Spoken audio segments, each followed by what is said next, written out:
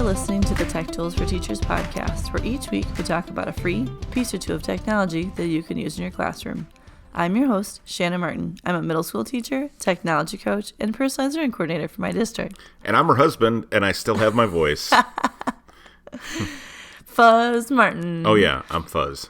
Welcome to the show. Yeah, you are suffering from the early mid-year voice loss. Yeah.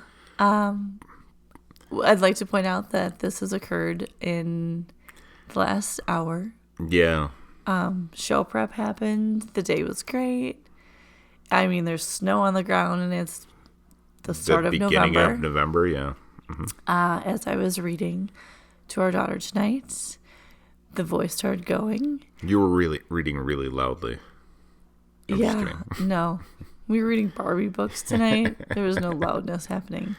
And as I was reading, my voice started going. Yeah. And going. You've been dealing with this, though. You've been kind of on the edge until now. But it was kind of fun. She's like, Mama, stop whispering while you're reading. I'm like, I am currently reading as loud as I possibly can right now, child.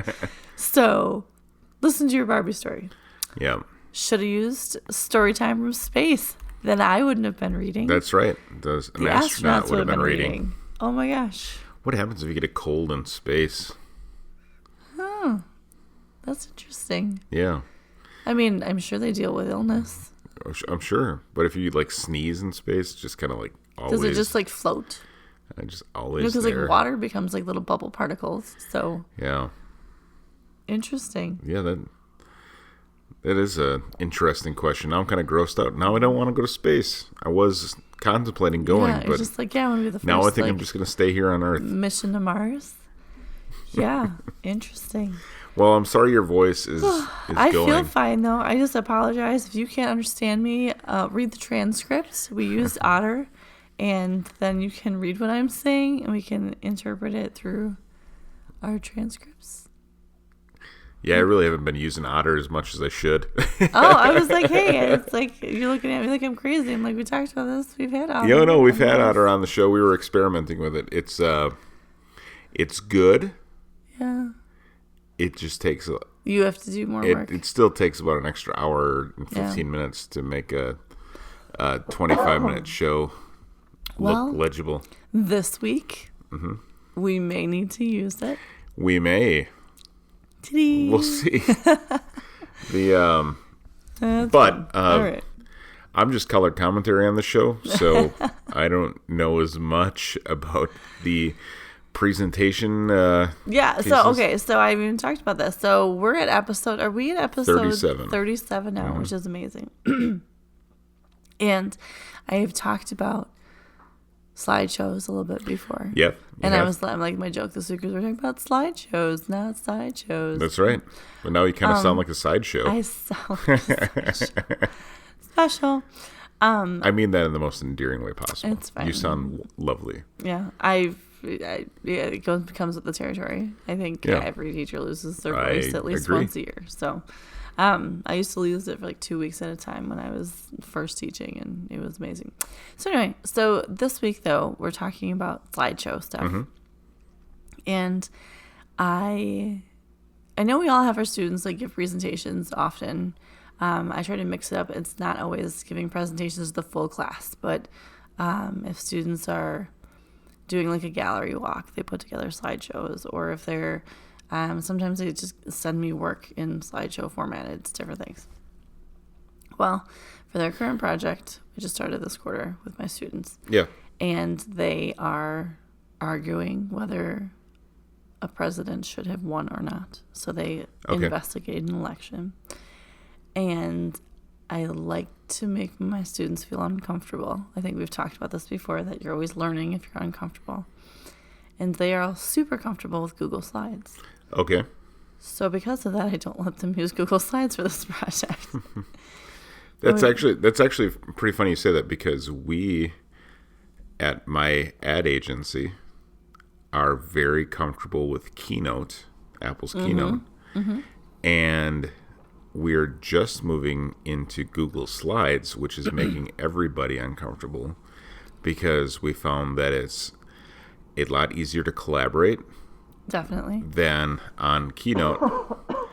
And it's making people a little bit itchy because a lot of the tools that they're used to aren't there. Mm-hmm. But then also, it allows them to, or it makes them think a little bit more when they're putting stuff together. Mm-hmm. So it's sometimes not as less automatic. Yeah. So, like they automatically would normally just do stuff all the time. Right. And versus now I have to find I don't have all those animations, or I have to get creative with how we'll present this portion of it. We'll still do some in Keynote. We'll still do like the fancy pitches and things in Keynote. But it's just interesting because it's the same thing you're talking about, except for we're going into Google Slides. And again, my kids we use it for so many things, but right. I just want them like, hey, I'm going to make you think a little bit. Yeah. And there's so many extras with Google Slides where like you can pull things right out of Keep and drag it into your slide. There's so many just like easy ways that Google stuff works together. Right. But anyway, so I have a list of like 7 different presentation softwares that they can choose from. But we have talked about a few of those already on the show. Like eMaze, we've talked about a million times, and Genially. Genially, we will probably talk about a little bit today, just because we're messing around with it again. But sure. We're going to start with some older presentation things. They've been around for a while, but they've made some changes. So the first one up is Prezi. Yeah. Which everybody knows it's the little bubbles. And you've seen it for a long time. I feel like Prezi was one of the first ones where students were able to use presentations. And they have the little bubbles, and you're able to adjust the bubbles and add your information, and it zooms from bubble to bubble. And that's kind of what Prezi is known for. Well, Prezi has made some upgrades. And speaking of things like Keynote, PowerPoint, you can now upload already done PowerPoints into Prezi. Okay. And it accepts them, and you can then manipulate it in Prezi.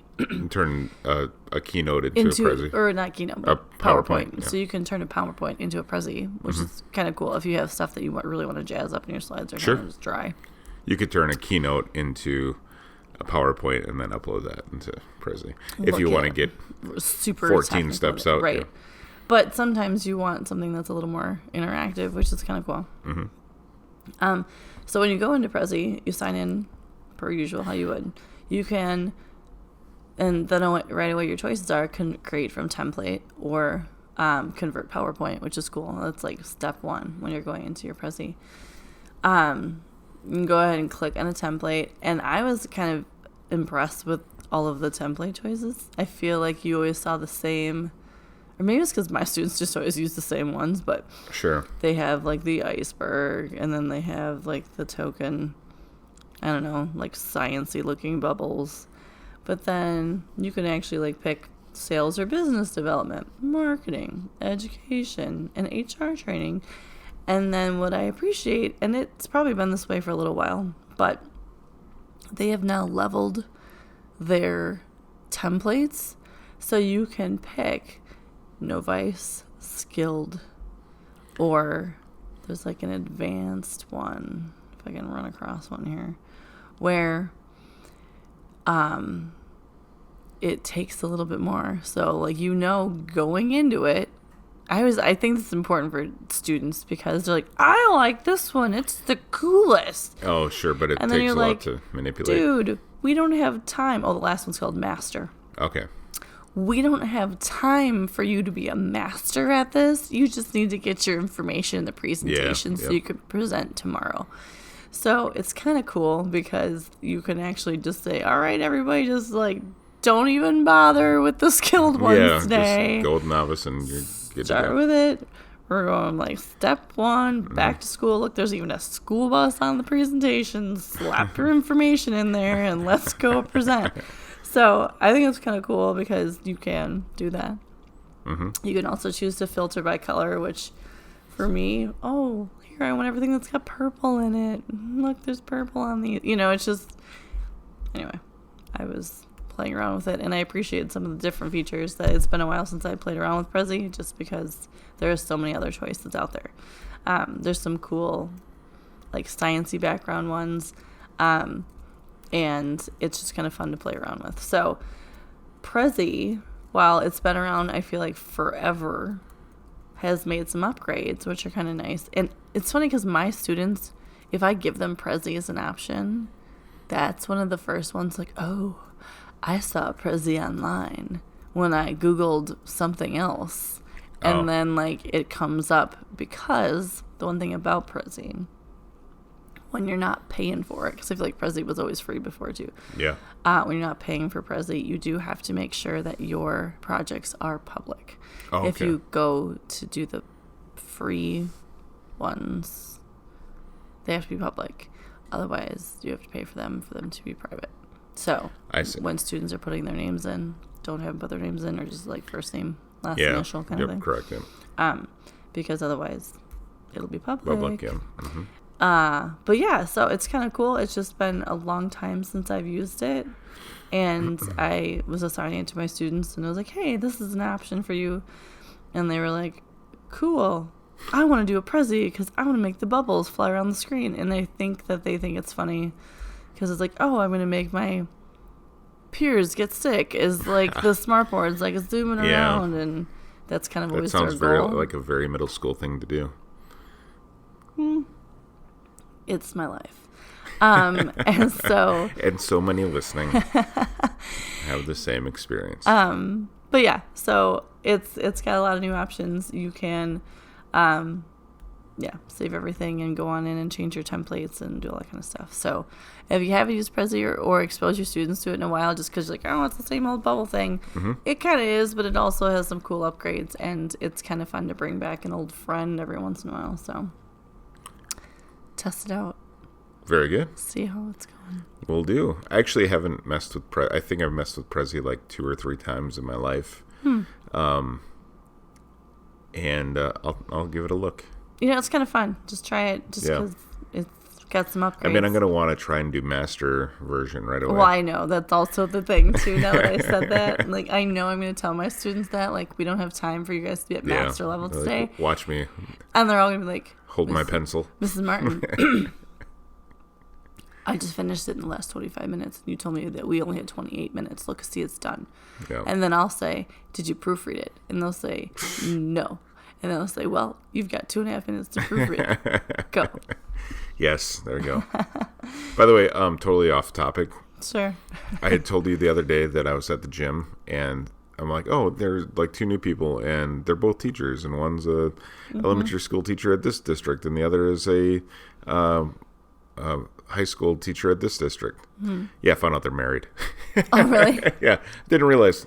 That's funny. They were in class with me, like, together, I don't know, 5 or 6 times. And I'm like, oh, there's like 2 new people. They weren't always there at the same time. Yeah. Never put 2 and 2 together. And then found out today that they're married. Teachers. Yeah. That's cute. Fun. I don't know what that has to do with anything. Just that we're talking to all the teachers out stuff. There. You're a teacher. I'm a teacher. You know how it goes. I have a theory, by the way. Anytime I say, oh, yeah, I'm a teacher, and then whoever I am talking to, as I'm sure all of you know, will then say, oh, I know a teacher. Well, good. You all do because you went to school, kindergarten through and you have kids. 12th grade plus, if you have children. Yeah. I'm glad that you know a teacher. I hope that you know hundreds of teachers. Yes. I wholeheartedly agree. I was going to go down some other path, and now I'm sorry. It's okay. I'll remember. My voice was working for like 5 minutes. No, it's good. And then I'll bring us down another tangent at some other time. Oh. Presentation. Yeah. Site number 2. Not a sideshow. Not a sideshow. It's Haiku Deck. Haiku Deck. Tell us about Haiku Deck. So, Haiku Deck. Haiku Deck. Yeah, Haiku Deck. It's got a little origami bird as its logo. Okay. And it's pretty straightforward. To me, I've had students use this before. Sometimes, I shouldn't say sometimes, more often than not, it's my more serious students. Because when I say, hey, you guys can't use Google Slides, you have to try something new.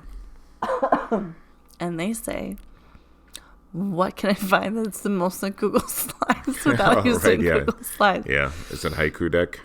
They usually go with Haiku Deck. Okay. So, how can I feel as comfortable as possible without feeling uncomfortable? Unlike like emails where you're like zooming around in the city and our museums and fish tanks and stuff. Please forgive my coughing. You are forgiven. Haiku Deck is straightforward. Like, bam, sign yourself in. Okay, untitled Haiku Deck. Click here to edit. Giant white screen. You click to edit it. Literally. On the left-hand side, like, search, background color. Okay, I'm going to add yellow. My slide is yellow. Nice. It's like mustard yellow, too. It's not even like not a pretty yellow. It's like mustard. Anyway, so then... Like German mustard or more like... I'm thinking more like... hot dog mustard? Like hot dog mustard. You can go through that on the scale. I want... Oh, okay. Blue. Now it's like periwinkle. All right. I got periwinkle in the background. Oh, your face is glowing blue now from the screen. Yes. That's pretty blue. Then I'm going to select chart type. I want a graph. All right. Boom. My graph is in there. And literally, like, it gives you little bar graphs. You can type in your title and then put in the numbers, and the graph is made for you. Then you go to the next side. Again, on the left-hand side, choose layout. You have, like... not that many options when you have a graph in there, apparently. I'm kidding. There actually are quite a few options. You just have to click through. Then insert video. It's a pro feature, so you only have to like links into videos. Okay. But it's very straightforward. In the bottom right-hand side, because then the kids all freak out. They're like, I made my first slide. It is blue. It has my title on it. You know, my straightforward Google Kids. Yeah. Great, thanks for making a title. Kids. Then I'm like, so guys, you have to push the button in the bottom right-hand corner that's a plus sign. Ta-da! Slide number 2. Nice. And then they line up across the bottom. So instead of it being... on the left, they're on the bottom? They're left on the bottom, yeah. So as you're building your slideshow, it builds on the bottom of your screen. Yeah. Your choices are on the left-hand side, but the plus button is in the bottom right-hand corner. Mm-hmm. I love it. Just because it does what I need it to do. Yeah. It makes them uncomfortable enough where they have to learn to navigate something new. Sure. It's still a slideshow. It is still very straightforward. And you can put some stuff in there. It's definitely not as fancy. It does not have as many bells and whistles. And sometimes the kids just need something very straightforward. Mm-hmm. And as a teacher, if you do something super straightforward, like Haiku Deck is like there to go. Yeah. But maybe you're not a Google school for some reason. Which is true. But then you're using probably Keynote or PowerPoint more often than that. Haiku Deck, I will say in the free version, it's just a deck. You can't really do the video audio stuff. It's the free version. Yeah. But as you create slides, you click the giant plus button in the bottom right-hand corner. And there you go. There you go. Your slideshow is made. By the way, one of my... you can share it. That kind of thing. One of my big things for when we create a lot of presentations. Mm-hmm. And... well, your whole job is like showing people what you can do. Yeah.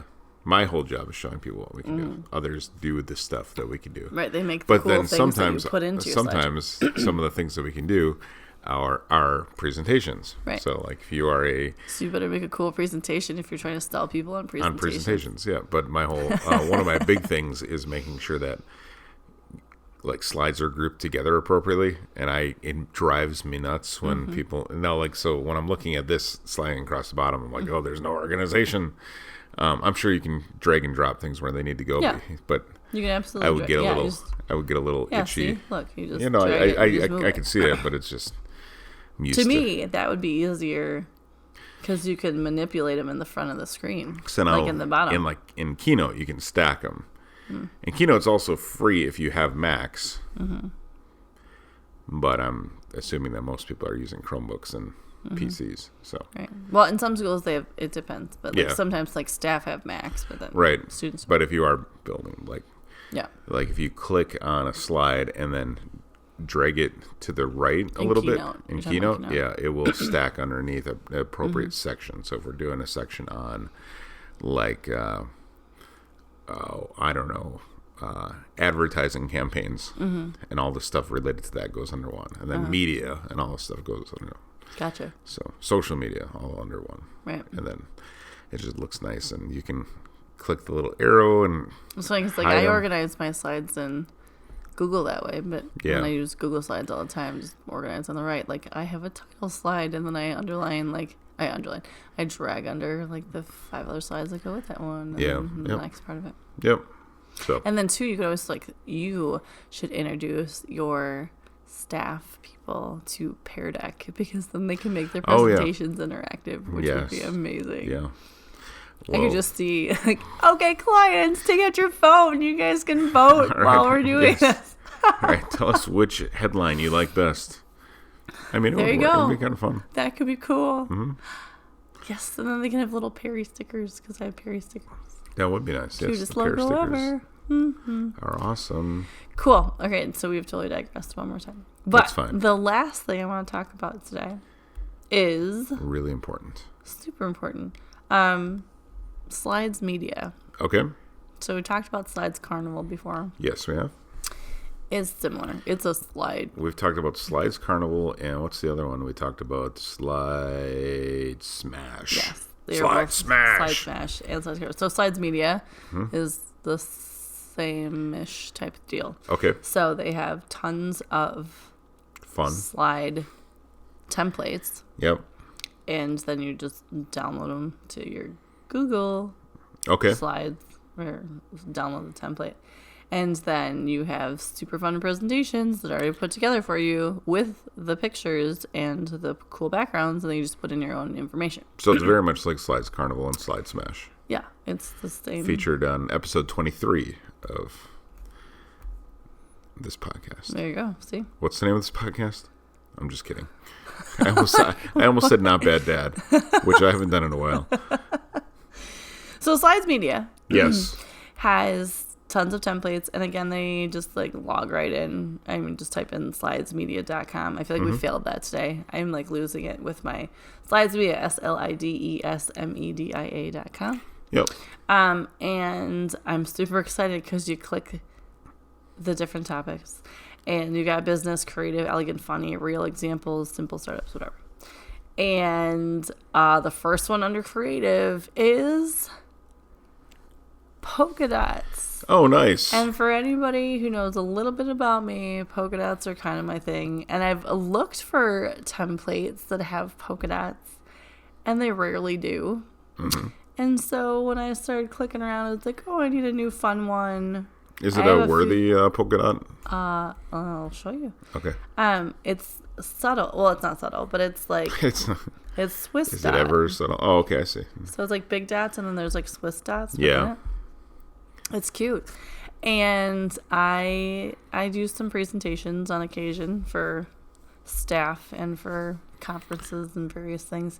And I was like, there's a polka dot one. What? I will definitely be using it. We'll see which one. I already started one presentation I have to come up with, so maybe the next one I do, I'll have polka dots in it. But it was kind of fun just to see some new, a variety. They also have a retro game one that's got Pac-Man looking people in the background, and I thought for student stuff, that could be kind of fun. What's the next conference you're speaking at? I'm speaking at Slate again. So you should use the polka dot background for Slate. Well, I've already started my Slate presentation. Oh, okay. And then I was gonna say you should wear my polka dots. Your polka dot shoes. Yeah, I could. And I usually don't present in tennis shoes. I know, but it would look pretty cool. It would be cool if my shoes matched my presentation. Yeah, a little bit of... That'd be pretty sweet. A little bit of branding. Yeah. And then I'm doing another presentation in February and then another one in April, I think. So we'll work on the presentations now, coordinating with my outfit. Shanna has polka dot Adidas clamshell shoes, and then also she'll be getting for Christmas, but she picked them out. I did pick them out. Some polka dot Chucks. Yeah, I do. Low tops. So. Pretty excited about it anyway. Mm-hmm. But yes, so now I've never had a polka dot presentation format. I could actually sit down and probably make my own at some point and just make like an ongoing background, because that would be kind of cool if I had Google Slides, just set my own template and then see how many people want a polka dot template. There you go.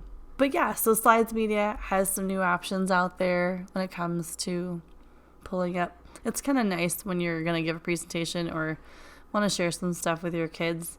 Right. You have your kids have something to start with where they don't spend so much time decorating their slides, and they actually just put their information in. To me, that's kind of important. So yes, and something to tell your students as we exit the program today is a quote from Steve Jobs, which is, "People who know what they're talking about don't need PowerPoint." Nice. It's true. Think of all those TED Talks. Yeah. There you go. Cool. Well, thanks for tuning in and tolerating my it held up. voice. It held up well. Yeah. A little highs and lows, but it's good right now. Good. This has been the Tech Tools for Teachers podcast. If you ever have any questions, you can find me on Twitter at SmartNWI. And if you want to get more information on the links to the technology discussed in this episode, you can visit smartnwi.com or on Facebook. Also, we need to have more people signing up for our newsletter. Yeah. Because we can push out some new information, because we're kind of rounding out 2019 and we'll be starting 2020. For sure. Sign up for our newsletter. If you're interested, it's on smartnwi.com. Yeah. New episodes each week. Thanks for listening. Go educate and innovate. The ideas and opinions expressed in this podcast and the Smart NWI website are those of the author, Shanna Martin, and not of her employer.